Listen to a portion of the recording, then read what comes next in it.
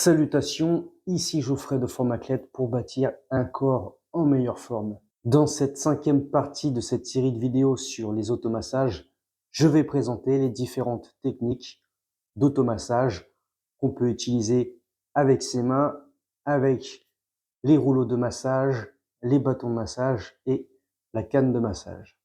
Avant de vous présenter les différentes techniques d'automassage, pour récapituler depuis le début, voici les quelques bienfaits de faire des automassages quotidiennement. Cela va favoriser l'amélioration de la circulation sanguine pour une meilleure récupération musculaire. Les automassages vont aussi favoriser un meilleur drainage lymphatique. L'alternance de compression et de relâchement avec les automassages vont permettre aussi une meilleure réhydratation des fascias. Cela va pouvoir aussi aider à gagner en souplesse et en mobilité. Et puis tout ce qui est massage avec les mains, à l'aide d'un partenaire, etc. On a aussi tous les bienfaits sur le plan hormonal. Alors déjà, pour commencer les automassages, on a plusieurs équipements comme je vous ai présenté dans la 4e partie. Moi, j'utilise uniquement la canne de massage, le bâton de massage et les rouleaux de massage lisses et à relief. Donc pour commencer, la canne de massage avec le bâton de massage est accessible à tout le monde, peu importe votre condition physique. En revanche, pour utiliser les rouleaux, là ça demande un minimum de condition physique, un minimum de gainage, puisque vous avez une partie de votre poids du corps qui va reposer sur vos épaules. Ça va vous demander aussi d'avoir une certaine mobilité des épaules, mais aussi des hanches. Donc, si vous commencez la remise en forme où vous êtes de retour de blessure, commencez par la canne et le bâton. Et une fois que vous avez progressé vers des niveaux d'intensité de plus en plus difficiles, jusqu'à maîtriser du gainage classique, frontal, latéral et dorsal, vous pouvez commencer à utiliser les rouleaux qui demandent justement un certain niveau de gainage pour pouvoir effectuer les exercices avec une certaine mobilité aussi au niveau des épaules et au niveau des hanches. Et maintenant, nous allons voir comment pratiquer les automassages. Je vais donc vous présenter les différentes techniques d'automassage qui vont répondre spécifiquement en fonction du moment, de la partie du corps à masser, des tensions, des ressentis, etc. Pour commencer, on va voir la première technique d'automassage avec les pressions statiques. L'équipement de massage qui s'adapte au mieux pour la technique pression statique, c'est tout simplement la canne de massage. Donc en utilisant la canne de massage, je vais chercher des points douloureux, par exemple au niveau du dos. Là, je suis au niveau des trapèzes. Une fois que je ressens une douleur, je reste dessus et je vais faire une pression. Au niveau des pressions, je peux alterner entre une pression intense, une pression un peu plus relâchée et une pression faible, avec plusieurs secondes pour chaque intensité de pression. La deuxième technique d'automassage, c'est les pressions dynamiques. Dans les pressions dynamiques, toujours pareil, j'utilise la canne de massage. Pour les pressions dynamiques, par exemple, je vais chercher un point douloureux, par exemple ici au niveau des pectoraux. Une fois que je suis sur une zone douloureuse, là je vais faire des pressions dynamiques et je vais en même temps mobiliser. Plutôt que la première technique d'automassage des pressions statiques, je restais statique sur un point fixe. Là au contraire, je vais tout en maintenant une pression faire des mouvements circulaires dans un sens, dans le sens inverse, pour automasser la zone douloureuse. La troisième technique d'automassage avec les allers-retours relaxants. Pour cette troisième technique d'automassage, soit on utilise les mains, ses propres mains ou celles d'un partenaire, ou on peut utiliser le bâton d'automassage. Donc pour les allers-retours relaxants, l'idée c'est de faire des allers-retours, par exemple là avec le bâton au niveau des quadriceps. Je maintiens une légère pression justement pour effectuer des automassages relaxants. Le but c'est pas de forcer, mais bien de masser avec plus ou moins un massage superficiel. Donc je cherche pas à appuyer fort dessus, c'est simplement une légère pression avec des allers-retours Et ça favorise justement la circulation sanguine et lymphatique. L'avantage de cette troisième technique d'automassage avec les allers-retours relaxants, surtout avec un partenaire, c'est que ça favorise l'hormone l'oxytocine, qui est une hormone antagoniste à l'hormone du stress. Donc avec cette technique, du coup, on peut utiliser le bâton de massage qui s'adapte parfaitement, mais aussi les mains qui en plus procurent une sensation de chaleur.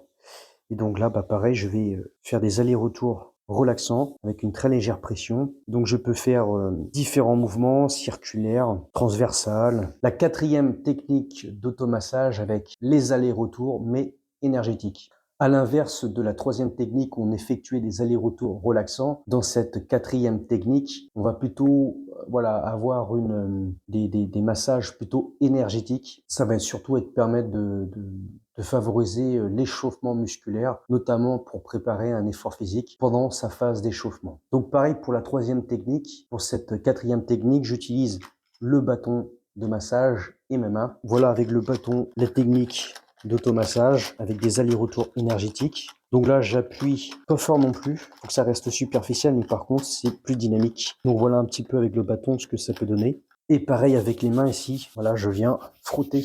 Et ça, moi, c'est ce que j'utilise entre mes séries de travail en musculation. Ça me permet de garder bien chaud les muscles. Et puis, ça favorise voilà, la récupération avec le drainage lymphatique et la circulation sanguine. Et la cinquième technique d'automassage avec les allers-retours en profondeur. Pour cette cinquième technique d'automassage, là pour le coup, je vais chercher à masser en profondeur les tissus. Pour cela, je peux utiliser justement le rouleau de massage, mais aussi le bâton où je vais appuyer plus fortement sur les muscles et sur les tissus. Et puis les mains, mais les mains quand on fait soi-même, c'est pas pour ce type de massage, c'est pas évident d'appuyer fortement. L'idéal, c'est que ce soit un partenaire qui puisse mettre une partie de son poids du corps dessus pour vraiment masser en profondeur les tissus. Et donc voici par exemple un massage profond en aller-retour avec le rouleau de massage au niveau des mollets. Donc soit je peux faire avec les deux jambes en même temps, ou alors en unilatéral,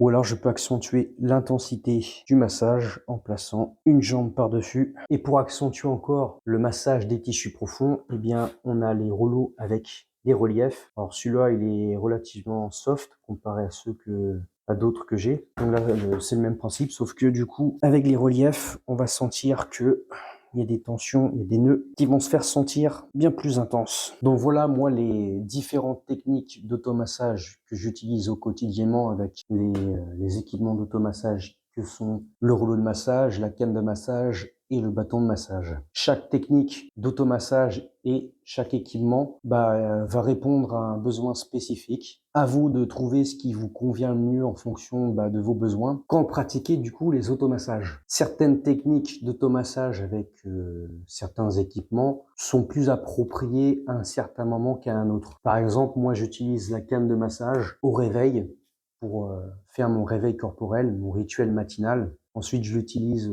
en milieu de journée. Les rouleaux de massage, alors le rouleau de massage en relief, je vais plutôt l'utiliser pareil en milieu de journée. Par exemple, je vais faire 45 minutes de travail au bureau et je fais une coupure pour effectuer quelques exercices d'automassage avec le rouleau à relief. Je vais utiliser le rouleau lisse pour ma fin de séance d'entraînement et le bâton c'est plus rare maintenant. J'utilise de préférence mes mains pour le coup avec la technique aller-retour relaxant où là ça va être plutôt par exemple avant de me coucher le soir, je fais des automassages relaxants histoire de favoriser le système nerveux parasympathique et de favoriser un meilleur sommeil, etc. Donc voilà, à vous avec ces différentes techniques et ces différents équipements, d'essayer, d'expérimenter et de les adapter en fonction de vos besoins et de vos ressentis. Sur mon site formacled.fr, vous pouvez retrouver les différents équipements d'automassage, dont notamment la canne d'automassage. Cette canne d'automassage est pratique parce elle peut se démonter ici avec une petite vis. Donc pour la transporter, c'est facile. Et moi, partout où je vais en déplacement, ma canne de massage ne me quitte jamais. Donc là, du coup, ça me permet de la démonter et si je suis avec mon sac à dos et que j'ai pas moyen de prendre ma voiture, au moins, c'est plus facile au niveau du rangement ça prend moins de place et je peux continuer à effectuer mes automassages avec la canne. Pour les rouleaux de massage comme ceux-ci, ceux-là ils sont plus grands que 30 centimètres. Par exemple à Decathlon, vous trouvez des rouleaux de massage, mais malheureusement, je trouve qu'ils sont trop petits. 30 centimètres, c'est pas top pour se masser le dos ou faire les deux jambes en même temps. Donc, si j'ai un conseil à vous donner, c'est voilà, des rouleaux de massage de plus de 30 centimètres. Je crois que ceux-là, ils font 45 centimètres. Et pareil, pour les bâtons de massage, voilà, trouver des plus grands. Pareil, d'une mesure au moins 45 centimètres, même plus, ce serait mieux. Parce que si vous n'avez pas suffisamment de mobilité au niveau de vos épaules, pour vous masser ici derrière le dos, ça va être un peu difficile, un peu compliqué. Donc plus le bâton va être grand, plus facile ça sera de se masser le dos. Ou alors, eh bien, il faut travailler sa mobilité. Voilà pour cette 5e partie de cette série de vidéos. Peut-être qu'il y en aura d'autres qui s'ajouteront par la suite. Si vous avez des questions, n'hésitez pas dans les commentaires ou même si vous avez des remarques ou des choses à ajouter. Et puis n'hésitez pas aussi, vous avez en description en bas de cette vidéo mon guide gratuit sur l'initiation à la gym douce dans lequel vous allez retrouver une vidéo sur les mobilisations articulaires et sur le stretching. Sur ce, je vous dis, formez-vous.